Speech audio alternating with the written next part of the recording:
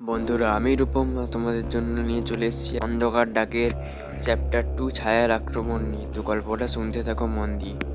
রুদ্রের নিঃশ্বাস বন্ধ হয়ে আসছিল, চোখের সামনে ছায়াটা যেন ক্রমশ ঘনিয়ে আসছে। মশালের আলো কাঁপতে লাগলো তার কাঁপানো হাতে। কে ওখানে? রুদ্র জোর করে গলাটা শক্ত করলো, কিন্তু তার কণ্ঠস্বর কেমন যেন ফাঁকা হয়ে গেল, যেন দেওয়ালগুলো শব্দ শুষে নিচ্ছে। ছায়াটা স্থির থাকলো এক মুহূর্তের জন্য, তারপর হঠাৎ করেই প্রচণ্ড বেগে তার দিকে ধেয়ে এলো।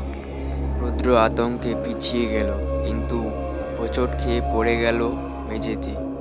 মশাল হাত থেকে ছিটকে দূরে গিয়ে পড়ল। আগুনটা প্রায় নিভে গেল। চারদিক মুহূর্তে আরো অন্ধকার হয়ে গেল। তারপর কান ঝালাপালা করা একটা বিকট গর্জন, যেন কোনো ভয়ঙ্কর কিছু চিৎকার করছে। রুদ্রের শরীর অবশ হয়ে গেল। চোখের সামনেই কিছুই ঠিকভাবে দেখা যাচ্ছে না, শুধু একটা কালো অবয়ব তার দিকে এগিয়ে আসছে। তৎক্ষণাৎ হাওয়ার ঝটকা অনুভব করলো সে, যেন কেউ বা কিছু তার পাশ দিয়ে সরে গেল।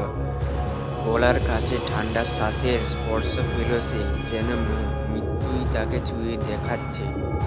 অজানা এক শক্তি রুদ্রকে ঝাঁকুনি দিয়ে ধাক্কা দিল। সে আবার পড়ে গেল পিছনে, কিন্তু কিছু একটা খচখচ শব্দ করে মেঝেতে পড়লো, যেন ধাতব কিছু। আশপাশ করতে করতে সে দ্রুত সেটা হাতে তুলে নিল। একটা চাবি। রুদ্র বুঝতে পারলো এটা একটা ইঙ্গিত হতে পারে, কিন্তু কোন দরজার চাবি এটা? তার বেশি ভাবার সময় নেই, কারণ ছায়াটা আবার তার দিকে এগিয়ে আসছে, এবার আরো দ্রুত, আরো ক্ষিপ্ত হয়ে। গল্পটা কেমন লাগলো তোমরা অবশ্যই জানাবে কমেন্টে। চ্যাপ্টার 3 আসবে এর পরের দিন সন্ধ্যে 7টায়। তো চ্যাপ্টার 3-তে তোমাদের সঙ্গে দেখা করছি। ধন্যবাদ।